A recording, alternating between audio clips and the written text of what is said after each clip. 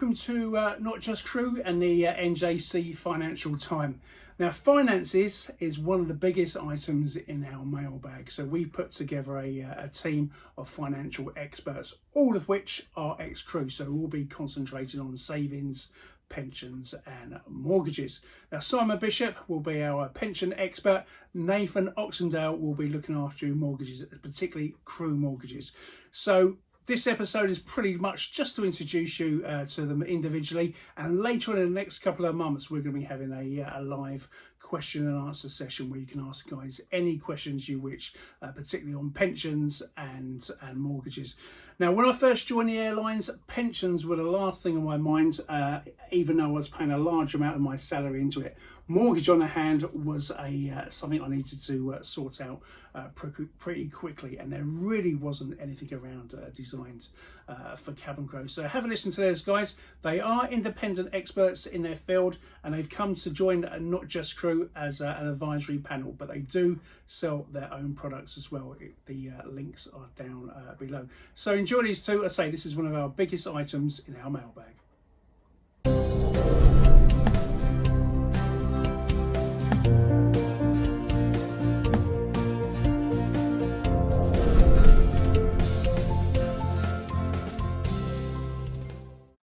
Welcome back to Not Just Crew. As I mentioned, we've got this new panel of experts joining us from all different fields, from recruitment to pensions to mortgages, just to give you guys a real taste of what's going on and to get some honest opinions. Right, joining me today for this episode is Simon Bishop's ex-crew, and is now joined as our pension expert. So I'm going to bring in young Simon Bishop. Welcome, Simon. Hi, Trevor. Welcome to Not Just Crew. And firstly, thank you so much for joining the team. Now, you've come on as a pensions expert, and I've chatted to you before, so I know you are the real deal. Just before we go into that, obviously we're quite a crew community here. Just tell us a bit more about your flying career. I believe you were like cabin crew for about, what, 13 years? No, it was a short period, a few years actually. I was with Virgin 20 odd years ago as crew. Managed to get up to senior, saw the world, met some friends that I'm still connected with, thankfully, and they were clients now. And really enjoyed the experience. Worked in the time that you were working there as well, and a few others. Yeah, well, yeah. It was a bit more. It was a bit more fun, and in some respects, I believe we've gone corporate. It was I do work at the same airline as you did. Changed slightly, but say I've been all coming up to 28 years now. What first attracted you to the airlines anyway? The reason I say that is because I got into the industry completely by accident. It was a career that never even crossed my mind, and it was through an ex-girlfriend who took me literally away on a trip, and I saw how the crew were being treated. They had this lovely big wad of cash, staying in some lovely hotels. How did you even think about going into airlines? How did it all start for you? Oh, it was very random, actually. I was working as a trainee manager at Curry's, the retailer, and it was long hours, and I was in the same, village as I'd always been in, and then just saw an advert on the back of a magazine that's, I think it headed up, "Would you like Richard to pay for you to fly the world?" And I just thought, why not? Before I knew it, I'd filled the form in. I went up to the local post box, put the application form in, and then tried to get my hand into the post box to take it back with the nerves. Oh wow! Did you? Yeah. I stood there for 5 minutes trying to get. I'm thinking, what have I done? What was that? Was it last minute fears it wasn't right for you, or? Yeah, it was coming away from a career which was going to end up being management and in retail, very stable, and then doing this. But I went down to the flight centre and did the the usual what you call it, tests, and when people used to disappear every hour from the room, and the group got smaller and smaller and smaller. And a few days after that, I got the job offer, and I thought, you know what, let's try it. And I had the best few years of my life, completely shaped my life, met some amazing people. We went to some fantastic places, Richard was great to work for, and really enjoyed it. And I think that's just shaped my life, to be honest, since then. I don't think I'd be doing what I do now, and I don't think I'd be the person that I am now, with the network that's around me. So yeah, I kind of owe everything to the airlines in a way. Yeah. Yeah, absolutely. Well, we've had many programs on transferable skills for cabin crew, with a lot of crew not even realizing the actual skills they've got within them, i.e. sort of working as a team on your own, dealing with conflicts, acting as a social worker. It's a varied career, and I think you're absolutely right. I think it does shape people's life, especially people like you and I didn't expect to sort of go into it anyway. So what was the final thing? Why did you throw in the towel?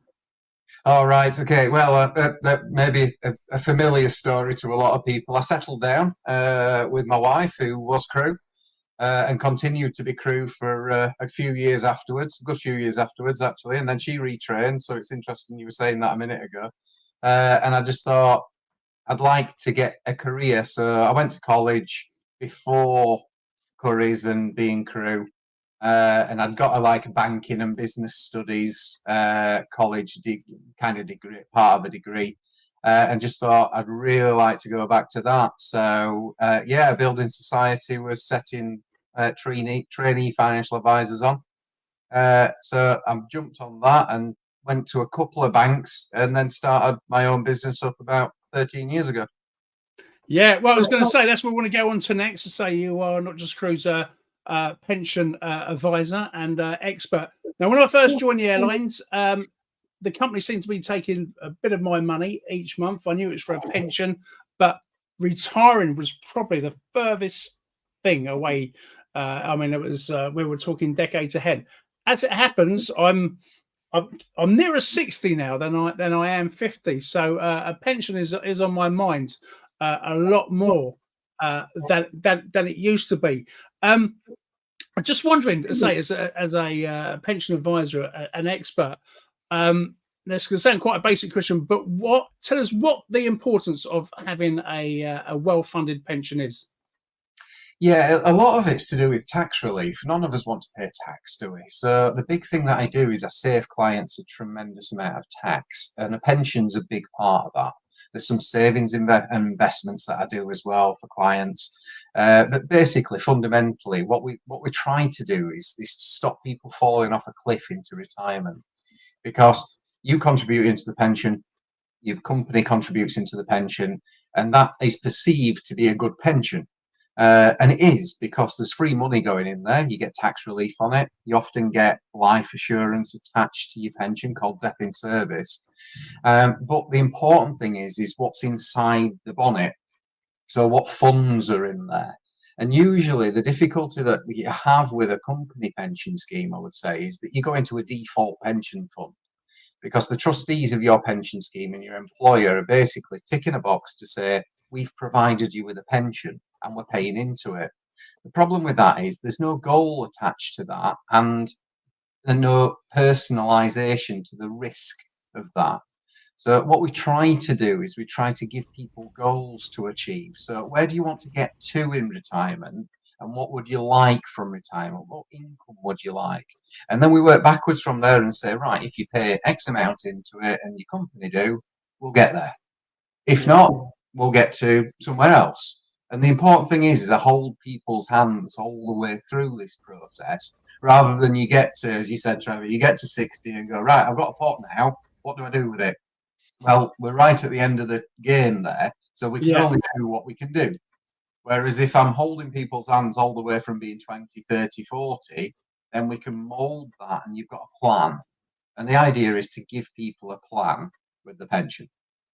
Yeah, absolutely. Now, how much? And I know it's sort of relative, but I mean, I look at my pension pot, and I'll be quite honest with you.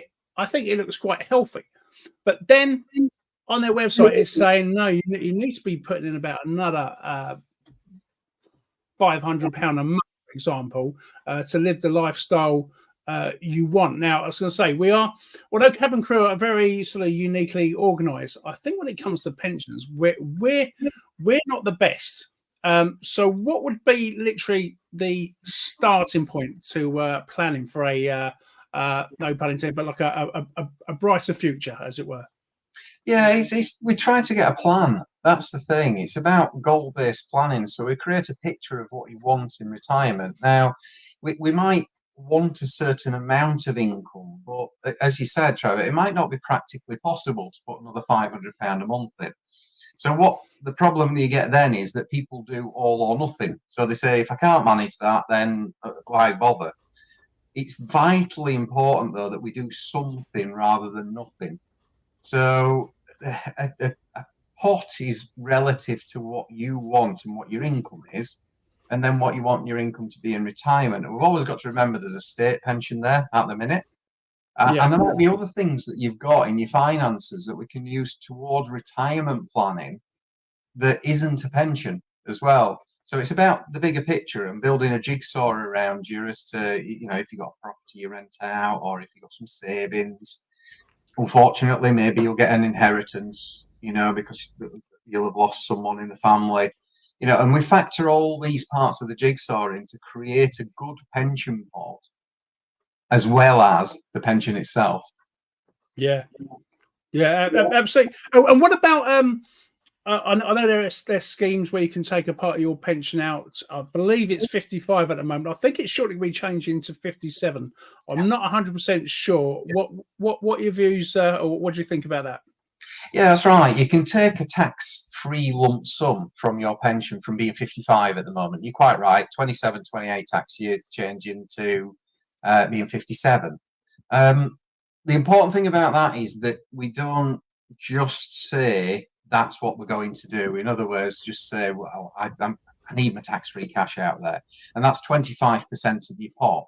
Because once you've taken that money out, that's it. That's the tax-free amount taken. And the rest of it then is going to sit and grow still for you until you get to retirement age and when you want the pension. So the important thing is just picking the right moment to do that. It might be that someone's really struggling with the mortgage. They've got quite a lot in the pension scheme, and that 25% would really help at being 55. And then what you can do is you can pay the money back to yourself. So it might be that that's an option. But really, it's individual advice that a person needs as an individual. And this is the thing with company schemes, really. They treat you as you're one of the crowd. My idea of financial planning is you're a complete individual and you're unique in your circumstances. So when I have a conversation with a client, it's based around what they want, not the masses, within a scheme. So that's what really helps about one-to-one financial planning. Yeah. So I was going to say, how because hopefully we'll be doing a live or possibly a recorded workshop where people can either ask questions live or send questions in. This could be a hard question to ask. Some people in your industry have not been sort of trust before. There were schemes. How and I know you are, but I'm imagining, how can you tell if a pension supplier is trustworthy or not, i.e. Qualifications, numbers they should be sort of looking out for, members' numbers? Yeah, it's really important. If you go onto the FCA's website, you can literally see, you can type the person's name in and they should have a registration number.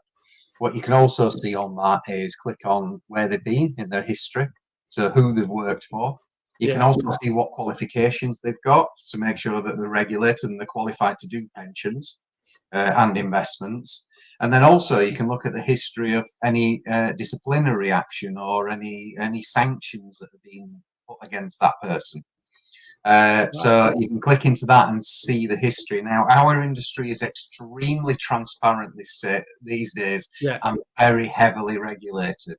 So when I started many moons ago, there were 350,000 people doing my job. There's about 23,000 of us active now. Oh, wow. Yeah. That's quite a drop. Yeah, because the banks came out of financial services because they weren't giving independent or tailored advice. So a lot of the people from the banks had to disappear, and the banks did in mass to be in a mass audience. And the good thing is it's got tighter and tighter and tighter as the industry. So Trevor, to make people feel comfortable with it, Yeah.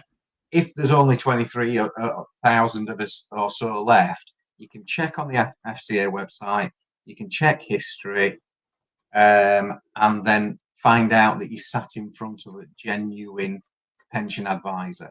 Never take a call in from anybody unless it's come from somewhere, and hopefully for Not Just Crew, that's from me. Yeah, exactly. Or someone else in the group recommending me.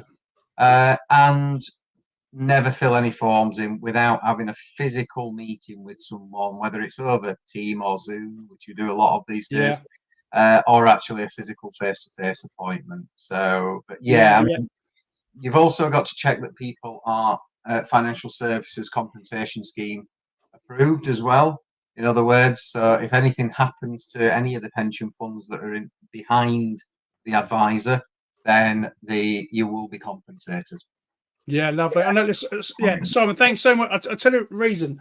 I'm sure you've seen it, and you must sort of want to cry when you hear these stories of pension scams where literally the whole pension pot has been taken away. Now, you mentioned one of the alarm bells just taking unsort of solicited calls. I mean, it was one. I did, as I say, this has happened to me. They literally wanted to send a courier around to get. I was only thinking about my pension. I got this call. I hadn't heard about any sort of scams at that time, and I went to discuss my pension, and alarm bells were ringing in my head. And they said, "Yeah, we're sending around a courier." I see. I don't understand how they're able to scam people out of money. Is it a case of signing your pension over to someone else? What are they actually doing, and what are the alarm bells? The ones you had mentioned already. To be honest, there was one that went around a while ago telling people they could get their tax-free cash out before 55. Now, that's against HMRC rules. So it's actually against the law to do that, unless you're in ill health or you're a sports person where they have specialised pensions because they have a shorter career.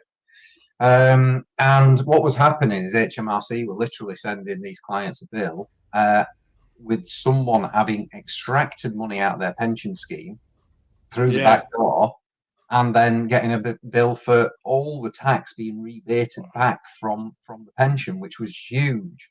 So if something sounds amazing, it's not right. It's the usual thing, isn't it? It sounds too good to be true. And there's, in every industry, I think there's always someone who will do something wrong. But the thing that you've got with that is it won't be a pension authorised company that will do it wrong. It will be someone posing to be that individual. Yeah. So what you really need to do is your research into it. So everybody can look me up on the FCA website. They can look me up on DWB as you know, my company that I own with my business partner Ryan, and they can look at me up on the network's website. So the good thing about that is there's a lot of background there to show where I've been, what I've done, how qualified I am, and that I'm regulated. If those gaps appear with someone who's talking to you, then you don't engage with them at all. I think it's getting tighter now. There's not as much of it around, but you go with someone you trust. And I think the good thing about Not Just Crew is we're building up a network of trust between, you know, Nathan doing mortgages, myself doing pensions, and you know, recruitment and everything else. And I do the same. When I look for someone to do a job for me, I ask a friend to recommend them to me. And I only use a close-knit group of people now because I know I trust them, and my friends trust them, and my colleagues. Yeah, absolutely. All right, so hopefully in the near future you'll be joining us on this panel. We're doing a full financial, hopefully Q&A. You've already given your details. Have you got an Instagram or anything that you wanna give out? Well, it's DWB Wealth. So from the title at the top there, if everybody just wants to Google, Instagram, Facebook, LinkedIn, I get loads of people from Not Just Crew just contacting me on any of those. If you look on there, there's a direct link also on Not Just Crew on the website. If you click into that, you'll get my personal mobile as well. And feel free to WhatsApp me or text me as well. Yeah, absolutely. Yeah, brilliant. Yeah, and what we'll do, we'll put the details down below in the description. All right, Simon, thank you so much for joining us. I know that was quicker than we wanted, but so we're going to have this full Q&A workshop hopefully in the near future. Definitely. On behalf of me, Simon Bishop, thank you very much. Thanks, Trevor. Good to see you again. You too.